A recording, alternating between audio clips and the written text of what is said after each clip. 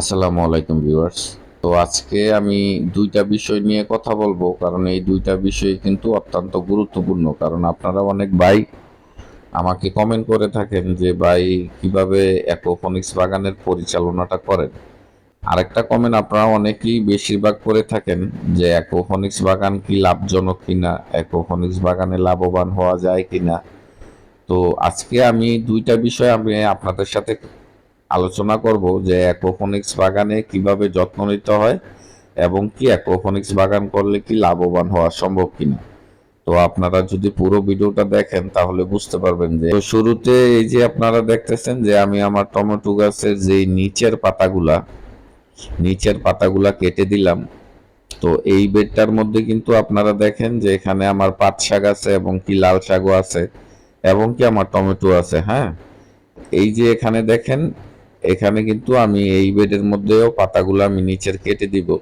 তো নিচের পাতাগুলা কাটার উদ্দেশ্য হচ্ছে আপনারা দেখবেন যে সর্বপ্রথম গাছের যে নিচের পাতাগুলা, ওই পাতাগুলা থেকেই কিন্তু রোগ আক্রান্ত হওয়া শুরু করে।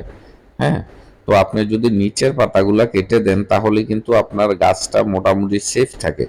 সবচেয়ে গুরুত্বপূর্ণ বিষয় হচ্ছে আপনারা যখন নিচের পাতাগুলা কেটে দিবেন তখন উপরের অল্প কিছু পাতা থাকলো এবং গাছটা থাকলো, তখন কিন্তু পুষ্টিটা গাছটা পাবে এবং গাছটা একটু মোটা হয়ে উঠবে। হ্যাঁ, আর গাছটা যদি একটু মোটা হয়ে বলিষ্ঠ হয়ে উঠে তখন কিন্তু ফলগুলাও বড় সড়ো হবে। এই দুইটা কারণেই কিন্তু আপনার গাছের নিচের পাতাগুলো আমি কেটে দিই।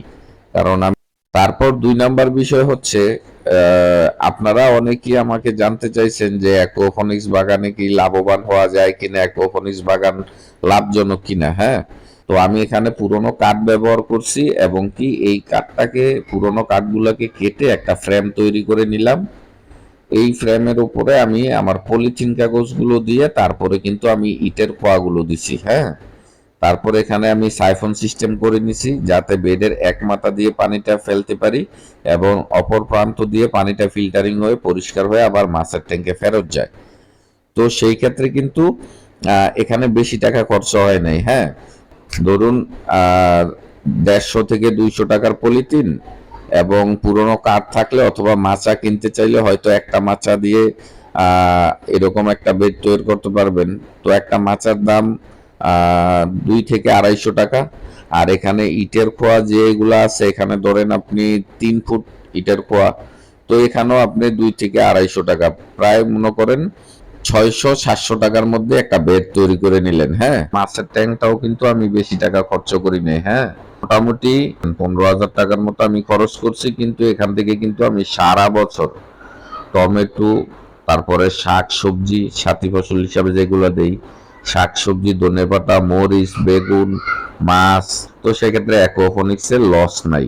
হ্যাঁ, এই ডাকুইট যখন আপনি মাছকে খাওয়াবেন মাছ কিন্তু দ্রুত বলবে। তো আপনার মাছও কিন্তু আপনি ভালো পাচ্ছেন, খাবার খরচও কমবে। হ্যাঁ, তো এখান থেকে আপনি সারা বছর মাছ এবং সবজি পেলে এখান থেকে কিন্তু লস নাই, লাভ আছে। হ্যাঁ, তো আপনারা যারা আমার চ্যানেলে নতুন দর্শক, চ্যানেলটা সাবস্ক্রাইব করে দিবেন এবং ভিডিওটা ভালো লাগলে একটা লাইক দিবেন। আর কোনো কিছু জানার থাকলে কমেন্ট করতে পারেন, তাহলে আমি আপনাদের কমেন্টের উত্তর দিয়ে দিব। তো আজকের মতো বিদায় নিলাম, আপনারা সবাই ভালো থাকবেন। আসসালামু আলাইকুম।